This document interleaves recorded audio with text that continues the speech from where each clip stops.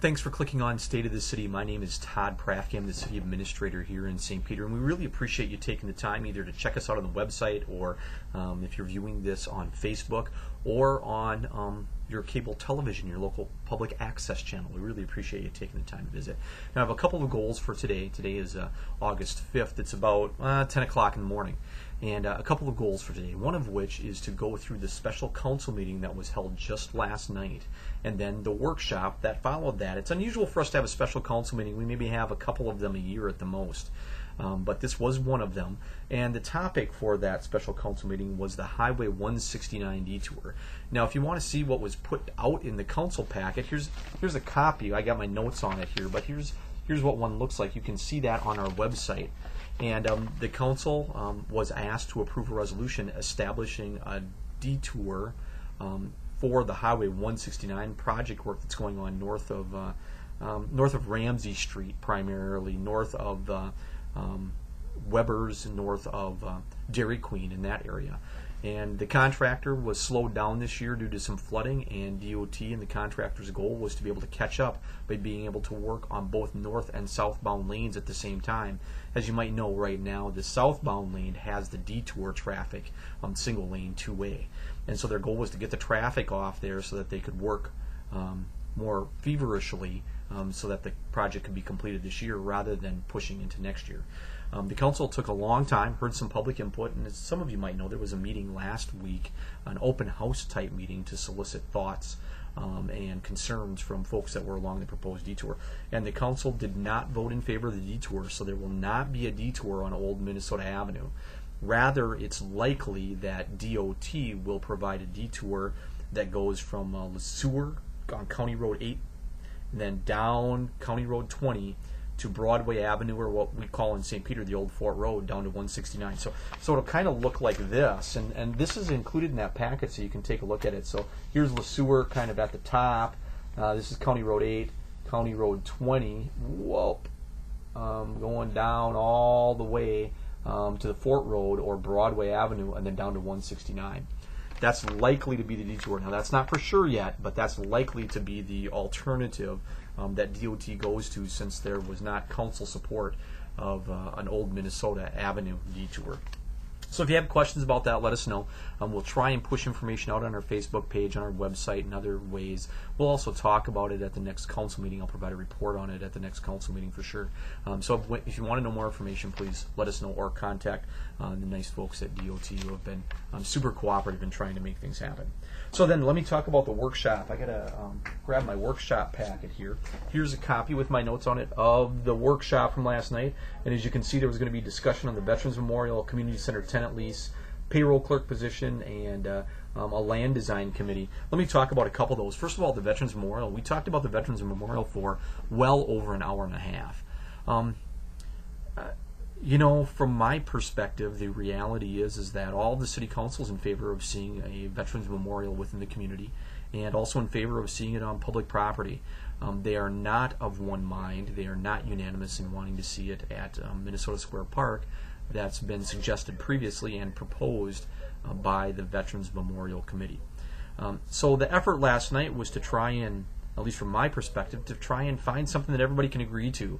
If everyone believes that a memorial in the community is a good thing, let's try and find a place or a way to make it happen, rather than one side wins, one side loses, or a yes or a no. Let's try and find something that more of us can get together around and be supportive of. I think that's not only good for the community, but it's also good for the memorial as well, in that, boy, they don't want something that's approved in a divisive way. I don't think. I think they are about community, and that's one of the reasons they want that memorial. And so they want something that they can feel positive about, and the community can feel positive about too. So anyway, that discussion is going to be ongoing. There was a suggestion, which will be undertaken by city staff and the committee, the Veterans Memorial Committee, to get together to think about Gorman Park. Is there a potential, an opportunity to make something happen in Gorman Park? If you're not familiar with what Gorman Park is the park that is north of the community center, right out the front door of the community center. And that was one of the locations that was looked at, right as this discussion about a Veterans Memorial was being considered. So we'll do a review of that and see, and meet with some of the committee members or subcommittee of them, and see what we can come up with and bring hopefully some information and some creative thinking back to the City Council, and of course the subcommittee of the Veterans Memorial Committee back to their overall committee as well, and see what we can do. We certainly want something positive here. I think everyone does, and so let's see what we can do to find something that people can be supportive of. The second issue that I want to visit about from the council workshop relates to a design committee related to the property that the school district and the city are going to own adjoining each other on the west edge of town. You've seen a lot of this before, and I don't have a map right now, but if you have more questions about it, let me know. But the goal is that there will be a committee formed between the city and the school district to talk about what happens on this property and work through some design efforts and a preliminary design of this project. Now, from a city perspective, our goal will be to utilize this plan, whether or not a school gets built there, moving forward. And so we're excited about this opportunity to work cooperatively, to really find a plan that works overall within the community for a number of the different needs that we see. Not only competitive field space or practice space, but also that green space and that healthy living component space. That is really important within our community as well, and that as we grow to the west, we're going to need more of. And so what a great opportunity for us, and so we're excited to see that to get going. The last item that I'll mention is the council talked about leases at the community center. Whether you knew this or not, the city leases to 4 other entities at the community center. There's some criteria for how you get to lease there, what you have to be, what you have to do. And so leases come up from time to time, and so this is part of the negotiation process as we move forward with leases at the community center. So again, we're excited to work with all the tenants up there. Now, a few tidbits. Today is the 5th. Tonight is Night to Unite at Veterans Park, really right west of the municipal pool. So there'll be lots of games, lots of activities. You'll be able to jump on a fire truck and see how a fire truck is, be able to see a squad car, all those kind of things, and some additional fun that's being put on as a part of the summer celebration by the rec department. So Night to Unite and the summer celebration are connected, and it's a great time for families to get together. There's always food down there and things like that, so I'd really encourage you. And if you missed it, shame on you. There'll be another one next year, and we'll try and give you an alert as to when that's going to happen too. But it's really always a very fun thing and exciting for the community, so we'd really encourage you to be there. The second tidbit that I want to provide you is just a little bit of information about Rivers Edge Hospital. In July, the hospital started a new program with hospitalists. Now, let me give you a brief explanation. This is the doctor that takes care of you while you're in the hospital after your regular doctor put you in the hospital.